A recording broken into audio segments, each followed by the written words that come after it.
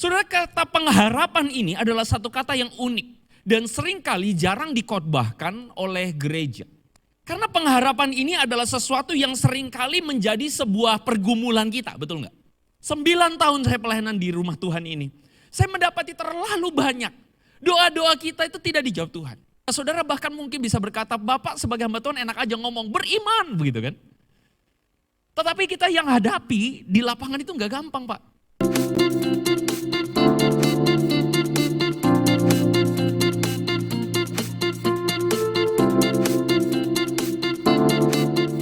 Living the right hope. Firman Tuhan hari ini akan kita sama-sama alaskan dari Yohanes pasal yang kelima ayat 1 sampai 17. Yohanes pasal yang kelima ayat 1 sampai 17, demikianlah firman Tuhan. Sesudah itu ada hari raya orang Yahudi dan Yesus berangkat ke Yerusalem. Di Yerusalem dekat pintu gerbang domba ada sebuah kolam yang dalam bahasa Ibrani disebut Bethesda. Ada 5 serambinya. Dan di serambi-serambi itu berbaring sejumlah besar orang sakit, orang-orang buta, orang-orang timpang dan orang-orang lumpuh yang menantikan goncangan air kolam itu. Sebab sewaktu-waktu turun malaikat Tuhan ke kolam itu dan menggoncangkan air itu. Barang siapa yang terdahulu masuk ke dalamnya sesudah goncangan air itu menjadi sembuh, apapun juga penyakitnya. Di situ ada seorang yang sudah 38 tahun lamanya sakit. Ketika Yesus melihat orang itu berbaring di situ dan karena ia tahu bahwa ia telah lama dalam keadaan itu, berkatalah Yesus kepadanya, "Maukah engkau sembuh?" Jawab orang sakit itu kepadanya, "Tuhan, tidak ada orang yang menurunkan aku ke dalam kolam itu apabila airnya mulai goncang. Dan sementara aku menuju ke kolam itu, orang lain sudah turun mendahului aku." Kata Yesus kepadanya, "Bangunlah, angkatlah tilammu dan berjalanlah." Dan pada saat itu juga sembuhlah orang itu, lalu ia mengangkat tilamnya dan berjalan. Tapi hari itu hari Sabat. Karena itu orang-orang Yahudi berkata kepada orang yang baru sembuh itu, "Hari ini hari Sabat dan tidak boleh engkau memikul tilammu." Akan tetapi ia menjawab mereka, "Orang yang telah menyembuhkan aku, dialah yang mengatakan kepadaku, angkatlah tilammu dan berjalanlah." Mereka bertanya kepadanya, "Siapakah orang yang berkata kepadamu, angkatlah tilammu dan berjalanlah?" Tapi orang yang baru sembuh itu tidak tahu siapa orang itu sebab Yesus telah menghilang ke tengah-tengah orang banyak. Kemudian Yesus bertemu dengan dia di dalam bait Allah lalu berkata kepadanya, "Engkau telah sembuh, jangan berbuat dosa lagi supaya padamu jangan terjadi yang lebih buruk." Orang itu keluar lalu menceritakan kepada orang-orang Yahudi bahwa Yesuslah yang telah menyembuhkan dia. Dan karena itu orang-orang Yahudi berusaha menganiaya Yesus karena ia melakukan hal-hal itu pada hari Sabat. Tetapi Yesus berkata kepada mereka, "Bapakku bekerja sampai sekarang, maka aku pun bekerja juga." Saudara, ketika saya mempersiapkan bagian firman Tuhan ini, saya mendapati sebuah kisah tentang seorang bernama George Linan. George Linan ini adalah seorang mekanik, seorang yang bekerja sebagai seorang montir, saudara-saudara. Dia orang yang tinggal di Inggris, usianya baru 38 tahun. George Linan ini adalah seorang yang sangat hobi, saudara-saudara, melakukan sebuah eksplorasi. Jadi dia senang pergi masuk ke dalam gua-gua, saudara-saudara. Dan kalau saudara tahu gua-gua di sana bukan hanya goa, tetapi juga ada sungai-sungai bawah tanah dan sebagainya, saudara. Dan George Linan ini pada bulan November yang lalu, saudara, bulan November barusan ini, melakukan sebuah eksplorasi di sebuah tempat atau di sebuah gua bernama Ogof Flynon. Saya bingung namanya, saudara ya, ini bacanya gimana? Ogof Flynon Du. Letaknya ada di daerah selatan Wales, saudara-saudara, daerah Great Britain ya. Dan di gua tersebut, saudara-saudara, punya banyak cabang-cabang yang rumit sekali. Tetapi karena memang orangnya hobi, saudara-saudara, untuk masuk ke dalam, mengeksplorasi, saudara, menemukan keindahan gua-gua dengan berbagai macam stalaktit, stalagmit, apapun itu, saudara-saudara ya. Saya bukan orang yang hobi mengeksplorasi gua, jadi saya tidak terlalu mengerti. Tetapi saudara-saudara, malang George Linan ini dalam eksplorasinya pada saat itu atau bulan November yang lalu, tiba-tiba saudara-saudara ketika dia melalui satu daerah tertentu, dia terperosok jatuh ke dalam sebuah lubang atau ke dalam sebuah celah yang sangat dalam, saudara-saudara. Sekitar 30 kaki dalamnya. Dia jatuh ke dalam terperosok dan kemudian dia mengalami cedera. Bersama-sama dengan dia ada 2 orang temannya dan dia yang terjatuh. Dan cedera itu saudara-saudara membuat dia tidak bisa bergerak pada saat itu juga. Temannya melihat bagaimana George wajahnya penuh dengan darah saudara-saudara. Jadi ada sobek dari mulut ke bawah saudara, sobek, luka terbuka. Dan ternyata George mengalami sakit sekujur tubuhnya. Dia mengalami cedera saudara-saudara pada tulang. Nah ini tulang apa saudara-saudara ya? Collarbone ya saudara-saudara ya. Dia mengalami cedera pada tulang tersebut. Juga di rusuknya mengalami cedera patah rusuk saudara-saudara. Sama halnya dengan tulang kakinya, tibia dan fibulanya itu mengalami retak saudara-saudara. Saudara dalam keadaan seperti itu, saya membayangkan bagaimana jika kita menempatkan diri dalam posisi seorang George. Di sebuah gua yang perjalanan masuknya saudara membutuhkan effort yang luar biasa. Dengan cedera dan tidak bisa bergerak. Saudara-saudara dalam keadaan seperti itu, apa yang saudara rasakan dan lakukan? Apa yang akan saudara lakukan dalam keadaan seperti George? Saya hanya berpikir dengan keadaan cedera rusak parah dari atas sampai bawah.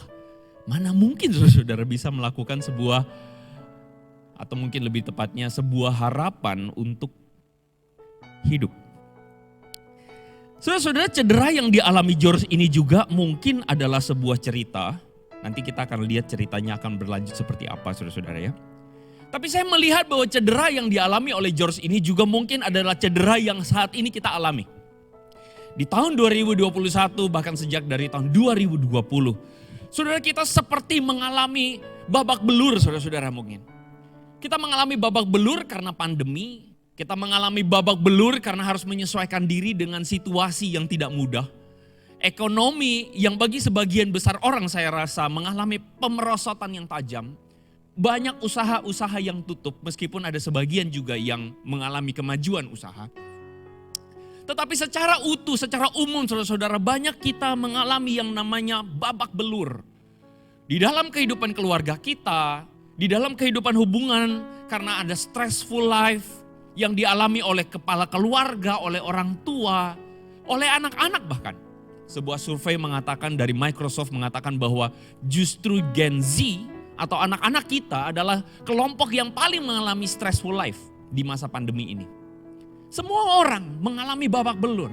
Saudara, kita tidak bisa datang di pertemuan-pertemuan ibadah kita atau gereja dengan normal. Karena semua harus jaga jarak. Semua harus jaga protokol, pakai masker. Liatin orang saja bisa salah. Betul nggak saudara-saudara?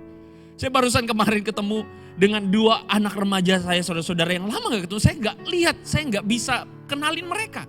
Karena pakai masker saudara-saudara. Pas saya lihat, oh ternyata gitu loh. Saudara-saudara banyak hal yang membuat kita itu babak belur mungkin. Pertanyaannya bagaimana saudara-saudara dengan 2022 tahun yang akan kita songsong ke depan.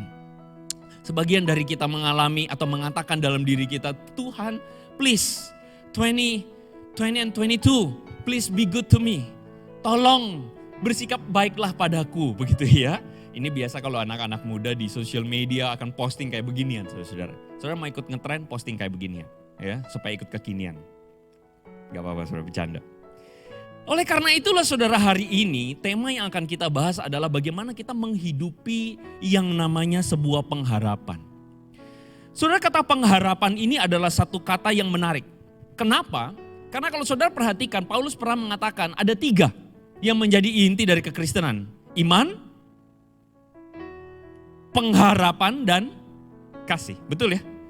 Saudara kata pengharapan ini adalah satu kata yang unik. Dan seringkali jarang dikhotbahkan oleh gereja. Karena yang seringkali kalau saudara pikir dari 3 ini, iman, pengharapan, dan kasih. Yang paling banyak dikhotbahkan apa? Kasih, betul ya? Lalu kemudian yang nomor 2, iman. Yang paling bontot, ya ini, pengharapan ini, saudara-saudara. Karena pengharapan ini adalah sesuatu yang seringkali menjadi sebuah pergumulan kita, betul nggak? Kadang-kadang kita menghadapi satu realita hidup di mana kita takut untuk berharap, betul? Karena kita mendapati banyak hal yang kita harapkan itu ternyata tidak terjadi. Banyak hal yang kita doakan bisa jadi tidak dijawab Tuhan. Banyak hal yang kita inginkan kita dapati dalam hidup ternyata tidak kejadian, saudara-saudara. Karena itu pengharapan, jujur saudara-saudara. Sebagai seorang hamba Tuhan, sebagai seorang yang mempelajari firman dan mencoba melihat sepanjang pelayanan saya. 9 tahun saya pelayanan di rumah Tuhan ini.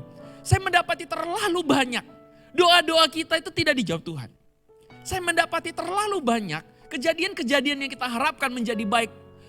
Mungkin kita mesti jujur dan realistis. Banyak di antaranya, sekian banyak di antaranya, tidak seperti yang kita harapkan.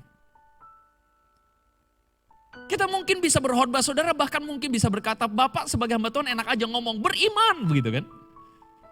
Tetapi kita yang hadapi di lapangan itu gak gampang, Pak. Betul?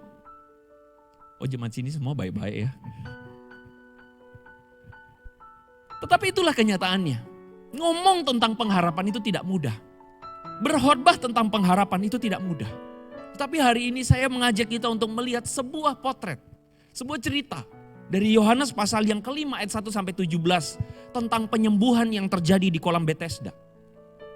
Sebuah cerita yang menarik karena berbicara tentang pengharapan yang mewakili 3 kelompok. Nanti kita akan bahas. Ada 3 tokoh di dalam cerita ini, atau 3 kelompok bisa saya katakan, yang menggambarkan pengharapan orang hari ini. Dan tentu saja yang pertama berbicara tentang sebuah pengharapan dari orang yang sakit di kolam Bethesda itu. Tapi iseng-iseng saudara, waktu saya menggali tulisan ini atau catatan Yohanes pasal 5. Saya menemukan satu hal yang menarik saudara-saudara. Firman Tuhan menceritakan di kolam Bethesda, dikatakan ada kolam Bethesda, ada 5 serambi saudara-saudara.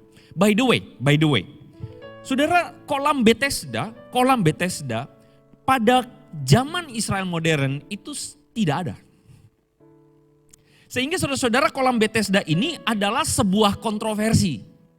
Kalau saudara ikuti perkembangan arkeologinya, ini adalah sebuah kontroversi. Kenapa?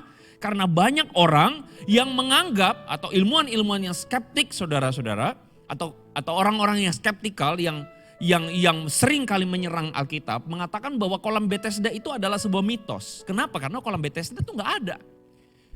Mengapa mereka mengatakan demikian? Karena kolam Bethesda dikatakan ada 5 serambi. Betul ya?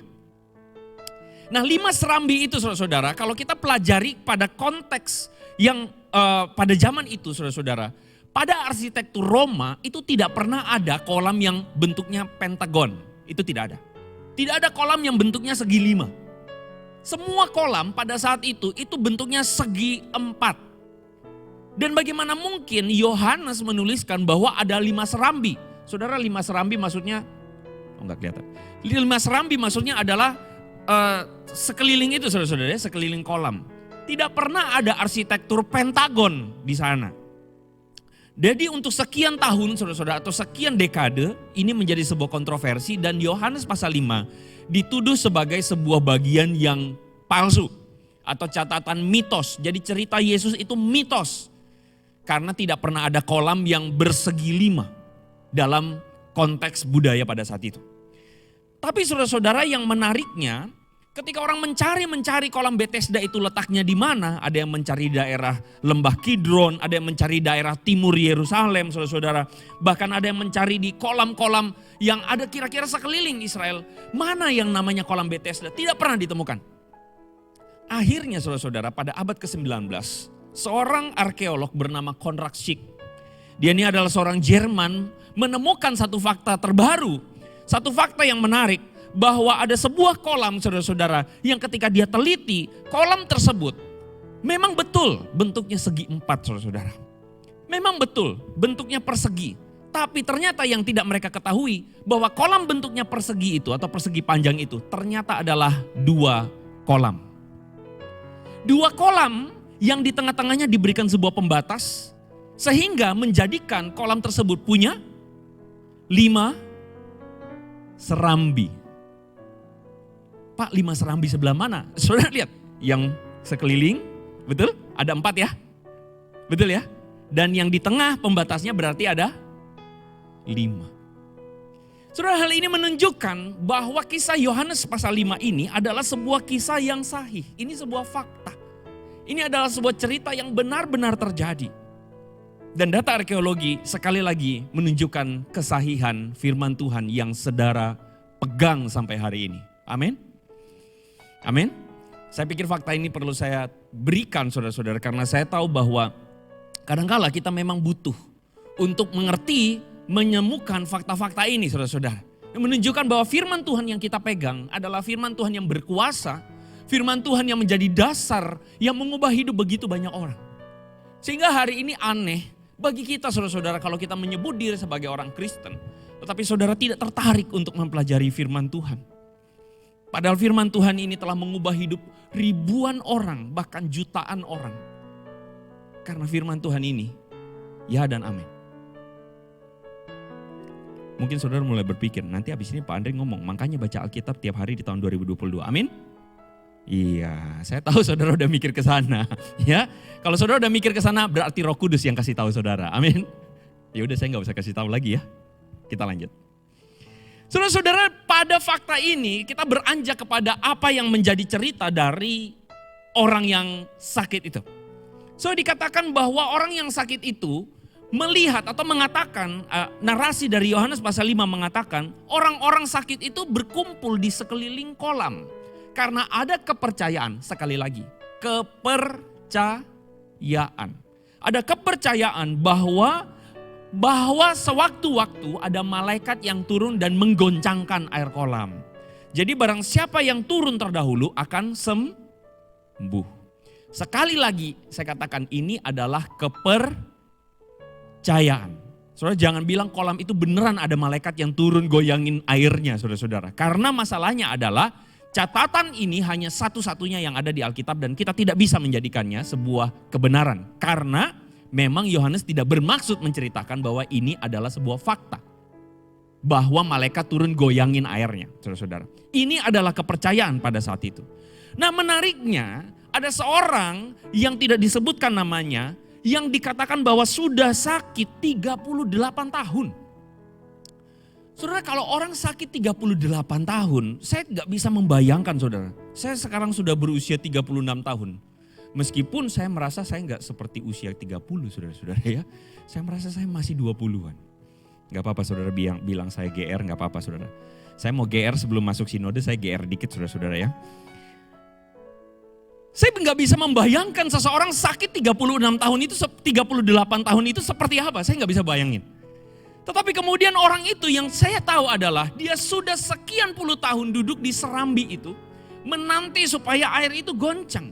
Dan tiba-tiba pada satu hari yang tidak diduga datanglah seorang bernama Yesus. Lalu bertanya kepada orang tersebut, maukah engkau sembuh? Nah ini yang saya mau kasih tahu. Menarik, apa yang menjadi respon dari sang orang sakit itu. Dia mengatakan begini, Tuhan atau Tuan, kurios. Tidak ada orang yang menurunkan aku ke dalam kolam. Tidak ada orang yang menurunkan aku ke dalam kolam. Menurut saudara, apa yang menjadi pengharapan sang orang sakit itu?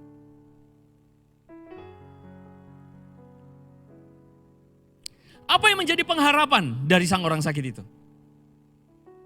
Sembuh, betul? Betul? Sembuh. Tentu dia mengharapkan untuk sembuh. Tapi pertanyaannya adalah dia menanti kesempatan 38 tahun untuk turun sembuh melalui cara apa? Air yang goncang.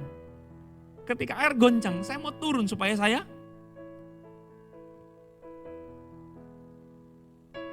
inilah yang menurut saya ada yang keliru. Karena dia berpikir bahwa goal hidupnya atau kesembuhan yang dia akan dapat adalah melalui air yang goyang, air yang goncang. Kalau saya turun, saya sembuh. That's the only way. Itulah satu-satunya cara buat saya untuk menemukan kelepasan. Satu-satunya cara buat saya untuk menemukan kebahagiaan. Satu-satunya cara buat saya untuk mendapatkan hidup yang bebas. Ini yang ingin saya katakan pada saudara. Kenapa saudara kita jarang bahkan ketika kita sering mendapatkan banyak masalah, kegagalan dalam hidup. Kita menjadi orang-orang yang ragu untuk berharap.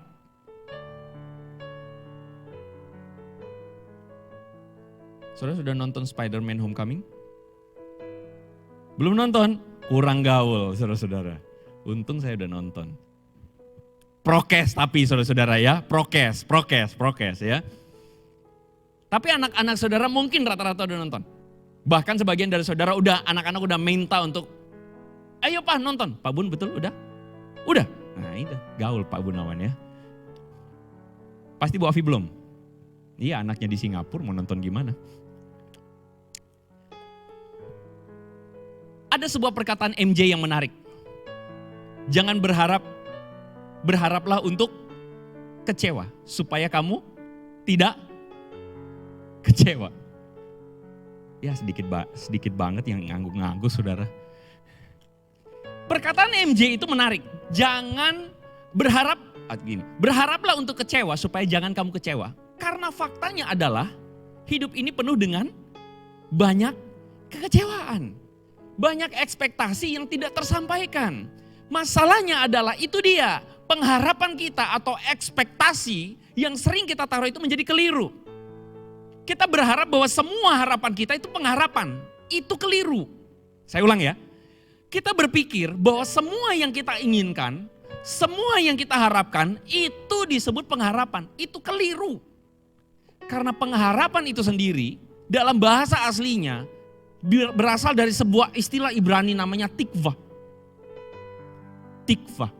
Makanya kalau saudara lihat dengar lagu anthemnya Israel, ya, lagu kebangsanya Israel itu ada kata tikvah. Kata tikvah ini adalah sebuah kata yang berasal dari secara literal itu berasal dari kata gevah. Itu berarti sebuah tali yang diikatkan saudara-saudara. Sebagai sebuah bayangan, kalau perahu saudara di pinggir atau disandarkan di dermaga, perahu itu disandarkan memakai sebuah tali. Entah tali itu kalau sekarang saudara mengertinya ditanamkan pada jangkar, betul ya? Tali itu diikat pada jangkar atau tali itu diikatkan pada pinggiran dermaga. Tali itulah yang menjaga supaya kapal ini tidak akan kemana-mana. Tali itulah yang menjaga supaya kapal ini tetap stay on. Tali itulah yang menjaga supaya kapal ini tidak lari, tidak hilang, tidak dibawa. Tali adalah sebuah alat yang digunakan untuk apa? Membuat sesuatu itu stabil, stay on, tidak pergi kemana-mana atau tidak terbang, tidak hilang saudara-saudara. Kata tikvah ini adalah sebuah kata yang kemudian kita mengerti, dikontekskan di dalam pengharapan adalah pengharapan itu seperti sebuah tali yang diikatkan kepada Tuhan. Sebuah tali yang kita ikatkan pada Tuhan. Yang menjadi masalah adalah banyak orang mengikatkan talinya kemana? Bukan Tuhan. Amin. Ini yang menjadi masalah. Banyak di antara kita yang berhenti berharap, berhenti mempunyai pengharapan, menjadi apatis. Karena kita tidak mengikatkan tali kita kepada gambaran cerita Yohanes pasal 5 ini menggambarkan kepada kita tentang 3 kelompok atau 3 bentuk atau 3 sisi orang yang mengikatkan talinya. Pengharapannya itu. Yang tentu saja kalau saudara baca bagaimana orang yang lumpuh 38 tahun itu saudara adalah orang yang mengikatkan talinya pada yang disebut sebagai sesuatu yang tidak bisa saja hilang saudara-saudara. Dia mengikatkan talinya pada sebuah kesembuhan yang dia pikir didapatkan melalui air yang goncang. Dia salah mengarahkan talinya. Dia mengikatkan talinya pada tempat yang keliru. Dan hari ini saudara-saudara kita mesti mengakui bahwa banyak di antara kita yang bisa saja menggantungkan pengharapan kita pada sesuatu yang keliru. Saya tiba-tiba teringat sebuah lagu. Andai aku jadi orang. Saya tahu saudara pasti tahu lagu ini. Itu menunjukkan saudara sudah senior, saudara-saudara ya. Anak-anak muda sekarang nggak tahu, lagu apa itu gitu ya. Kalau anak-anak muda sekarang taunya money, money, money. Terus? Ya saya nggak tahu lanjutannya. Hari ini banyak orang mengatakan bahwa pengharapanmu kalau kamu mendapatkan sesuatu dari yang namanya fulus, maka kamu akan bahagia. Cara bahagia apa? Seorang ibu, saudara-saudara, bersama-sama dengan suaminya lagi sibuk, saudara. Aduh, pusing mengatur keuangan. Pusing sepusing-pusingnya. Aduh, gimana ya Pih, kita mesti atur keuangan ini untuk masa depan anak kita. Mereka lagi pusing, saudara, bagaimana caranya bisa menyekolahkan anaknya di sebuah kampus yang ada di Bilangan, Tangerang sana. Kita mesti jual ruko ini, Pih. Kenapa? Supaya bayar uang pangkal. Aduh, Mi, ini kan uang kita atau ini aset kita sisa. Gak apa-apa, jual saja. Yang penting bisa masuk universitas itu. Saudara yang mendengar kisah ini, saudara langsung terharu mungkin. Wah, orang tua luar biasa ya, amin. Memang kasih ibu sepanjang kepada beta gitu. Tak terhingga sepanjang masa. Amin. Saya setuju sampai di situ. Tapi saudara belum dengar ceritanya utuh. Sang ibu kemudian berkata padanya, "Nak, Mami sudah jual ruko, Papi sudah jual ruko supaya kamu bisa masuk kampus ini. Jangan kecewakan Mami dan Papi." Iya, cari pacar yang kaya. Karena itu kampus kaya. Kampus yang bikin uang Papa habis. Anda gak ngerti kampus apa?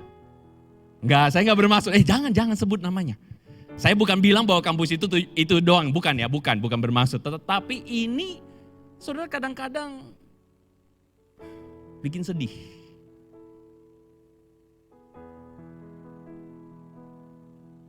Di manakah kebahagiaan itu? Di manakah hidup yang meaningful? Di manakah hidup yang berarti?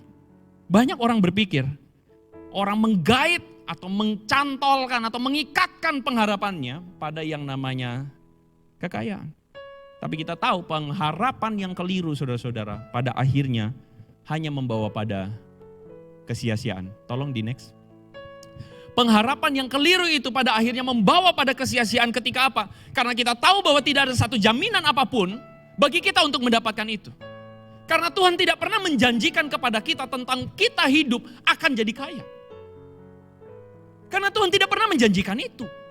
Kalau kita mendapatkan sebuah kondisi keuangan yang baik, puji Tuhan. Kalaupun tidak, saudara-saudara, Tuhan tidak pernah janji. Yang Tuhan janjikan adalah cukup. Saudara pernah mendapatkan kisah di mana Yesus mengatakan, perhatikanlah burung di udara. Burung yang tidak menanam, saudara, tapi diberi makan Tuhan, all you can eat. Pernah begitu? Burung diberikan makan di hotel bintang 5, begitu? Tidak. Burung makan secukupnya. Saudara pernah perhatikan Tuhan bilang, perhatikanlah bunga bakung di padang yang tidak pernah memintal tetapi diberikan Tuhan tas Gucci. Tidak, bukan? Diberikan Tuhan sepatu LV. Tidak, bukan? Tuhan tidak janjikan itu. Tuhan cuma janjikan cukup. Cukup. Tapi seringkali orang menggantungkan pengharapannya pada itu, saudara. Pada yang namanya uang yang mereka berpikir uang membeli kebahagiaan. Pak, jangan naif, Pak. Bapak udah 9 tahun pelayanan di Citra. Masa uang gak bisa bikin happy? Oh, enggak, saya enggak naif. Saya mengakui uang membeli hiburan. Tapi uang belum tentu membeli kebahagiaan. Hiburan bikin saudara tersenyum. Amin. Ada di sini dapat hiburan sedih? Enggak lah. Kita semua happy waktu ada hiburan, betul? Tetapi pertanyaannya, apakah hiburan itu akan membuatmu bahagia seterusnya? That's the point. Ketika kita mempunyai pengharapan yang keliru, sia-sia. Yesus kemudian mengatakan kepada orang lumpuh ini, bangunlah, angkatlah tilammu, berjalanlah. Dan pada saat itu sembuhlah orang itu, lalu kemudian dia mengangkat tilam dan berjalan. Wow, saudara jangan salah mengerti. Ketika dia berjalan, lalu kemudian dia berjumpa dengan kelompok orang kedua. Orang kedua yang kemudian mengatakan, hei, hari ini hari Sabat, ngapain kamu angkat tilam? Tidak boleh angkat tilam. Saudara, saya menjadi sesuatu yang kalau saya baca, ini menarik. Karena apa? Begini saudara, anggaplah saudara punya teman atau saudara punya kerabat. Dan kerabat atau teman saudara itu, saudara tahu dia sakit, katakanlah tidak bisa berjalan 38 tahun, betul? Dan ketika tiba-tiba saudara ketemu dengan dia, dia lagi jalan membawa tilam. Saudara, tilam itu anggaplah sebuah tempat untuk bersandar ya, begitu ya, anggaplah begitu, untuk tidur berbaring. Dia tiba-tiba berjalan. Kalau saudara normal ketemu orang yang sudah 38 tahun, terus ketemu dia berjalan, dia tadinya lumpuh, respon saudara harusnya apa? Respon saudara harusnya apa? Wih, kok bisa gitu kan? Wow, saudara mungkin merasa wow. Saudara merasa wow, luar biasa sekali. Apa yang terjadi? Kok sembuh? Begitu kan? Tapi saudara perhatikan apa yang jadi respon orang Yahudi. Hari ini hari Sabat, gak boleh. Ini yang saya bilang, pengharapan yang keliru. Pengharapan orang Yahudi pada saat itu adalah ketika mereka merasa mereka menjalankan ritual atau menjalankan hukum Taurat sekeras-kerasnya, seketat-ketatnya. Sehingga ketika ada orang yang tadinya tidak bisa berjalan, lalu kemudian membawa tilamnya, mereka kemudian mengatakan, kenapa kau bawa? Ini melawan hukum. Mereka melalaikan yang namanya jiwa. Berharganya jiwa di mata Tuhan demi yang namanya hukum. Dan bukankah saudara menemukan ada orang Kristen yang demikian pula hari ini? Orang Kristen yang disebut orang sebagai fanatik. Hari ini orang ngomong fanatik itu keliru. Wah, jadi orang jangan fanatik agama. Jangan jadi fanatik. Fanatik itu apa sih, saya tanya? Fanatik itu adalah ketika tidak mengerti tetapi ngotot, itu fanatik.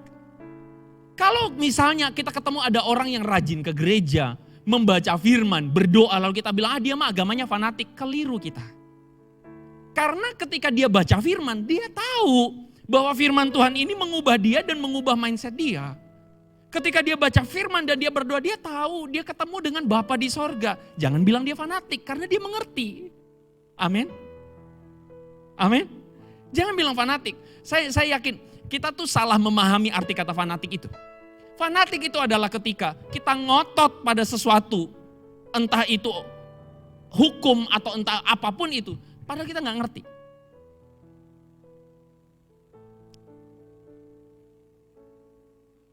Contoh, agama mengatakan tidak boleh makan apa?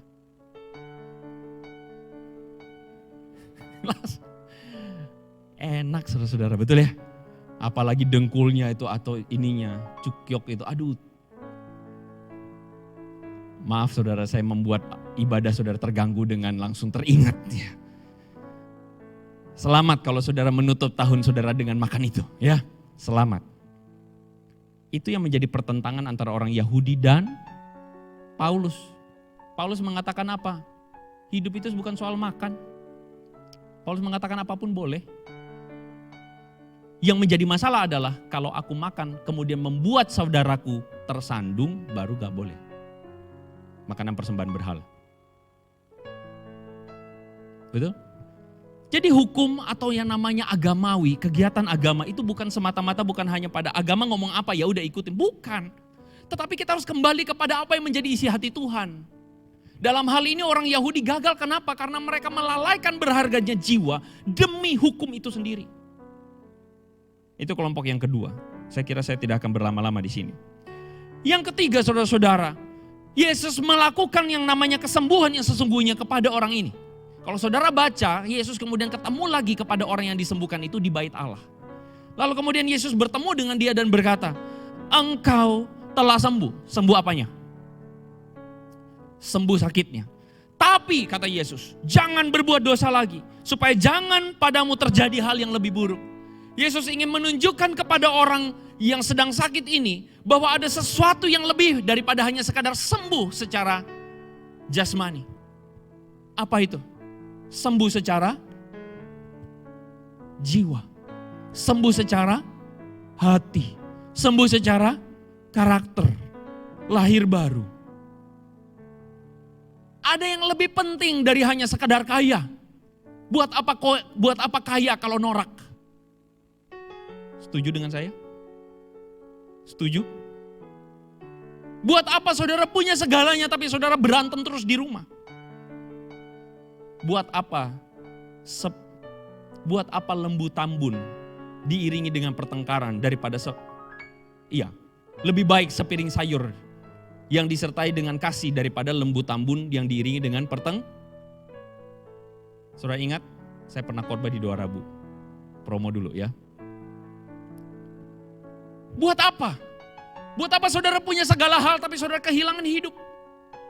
Buat apa saudara punya segalanya tapi saudara kehilangan jiwa saudara? Itu yang selalu Yesus katakan. Buat apa orang punya seluruh dunia tetapi kehilangan hidupnya? Buat apa? Buat apa? Kalau saudara menaruh pengharapan di tahun 2022 untuk mendapatkan segalanya, sekali lagi, buat apa? Maka engkau akan kecewa. Saya kasih kelompok yang ketiga, pengharapan yang benar. Ketika orang-orang Yahudi itu kemudian meng-accuse Yesus karena si orang ini, kenapa dia disembuhkan di hari Sabat? Yesus berkata, Bapakku bekerja sampai sekarang. Maka aku pun bekerja juga. Saudara lihat Yesus ketika dikatakan orang Yahudi datang kemudian mengatakan atau berusaha menganiaya Yesus. Kenapa kamu menyembuhkan orang pada hari Sabat? Maka baperlah Yesus lalu kemudian ngamuk-ngamuk sendiri. Enggak pernah saudara temukan ayat itu. Maka kemudian Yesus posting di sosial media. Orang-orang Yahudi ini emang kurang ajar. Enggak pernah. Kenapa? Saya percaya Yesus konten dengan jiwanya. Dia ngerti apa yang dia lakukan. Dia tahu apa yang jadi pengharapan dia. Kehendak Bapa. Amin. Kehendak Bapa itu yang harus menjadi pengharapan Anda dan saya.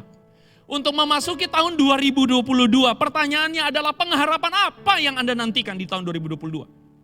Penting sekali kita bertanya sama diri kita, pengharapan apa yang kita punya di tahun depan? Pengharapan apa yang kita inginkan di tahun yang ke depan, saudara-saudara? Jika pengharapan itu adalah pengharapan yang keliru, cepat-cepat bereskan. Cepat-cepat atur kembali.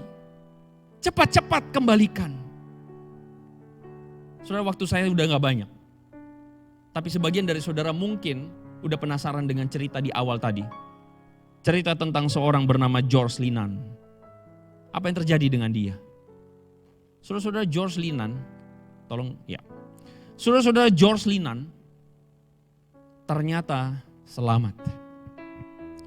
Saudara-saudara, 54 jam dia terjebak di lubang itu. 54 jam. 3 hari saudara-saudara.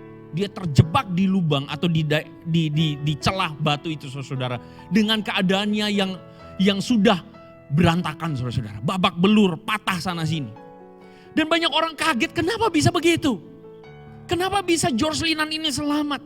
Padahal sudah kecelakaan dari atas sampai bawah udah rusak semua saudara-saudara. Lalu kemudian ketika dia selamat, dia diwawancarai saudara-saudara. Lalu kemudian George Linan mengatakan, it was hope which sustains me. Ada pengharapan yang menolong saya untuk tetap bertahan hidup. Apa? Rupanya saudara George Linan berjanji bahwa dia ingin menyelesaikan perjalanan dia untuk ketemu dengan calon istrinya, Julie, yang menunggu di luar sana. Dia janji sama Julie bahwa dia mau melihat kembang api sama-sama. Dan itu yang selalu dia katakan, dia ingat terus waktu dia ada di lubang itu. Dengan keadaan yang sudah hancur lebur, dia cuma ingat satu, saya harus hidup untuk bisa lihat kembang api dengan Julie. Saudara-saudara, saya tahu, saya bukan lagi mau mengajarkan saudara untuk punya janji lihat kembang api, bukan. Tetapi saya ingin mengajak saudara untuk kalau George Linan saja adalah seorang yang mungkin menurut saya bukan orang percaya juga sih. Tetapi dia punya satu pengharapan yang menolong dia untuk tetap hidup, untuk terus hidup. Sama halnya dengan kita. Sebagian dari kita mungkin sedang menyerah, sedang berada pada titik-titik kritis, titik-titik yang seperti aduh saya apatis, saya udah berhenti dengan hidup. Sebagian dari saudara mungkin berhenti ingin percaya kepada Tuhan. Sebagian dari saudara ingin berhenti dari setia pada pasangan saudara. Sebagian saudara mungkin ingin berhenti. Saya katakan pada saudara, jangan berhenti. Taruh tikvahmu, pengharapanmu pada Tuhan. Yeremia pasal 29 ayat 11 mengatakan, aku ini kata Tuhan, tahu rencana-rencana yang baik padaku mengenai kamu. yaitu rancangan damai sejahtera, bukan kecelakaan. Untuk memberikan padamu hari depan penuh harapan. Amin. Karena itu saya mengajak menutup tahun 2021 ini. Ambil talimu. Pikirkan kemana engkau akan ikatkan talimu. Carilah Tuhan. Carilah firman-Nya. Ikatkan tali itu. Supaya kita menjalani hidup penuh pengharapan bersama Tuhan. Mari kita tundukkan kepala saudara, mari kita berdoa.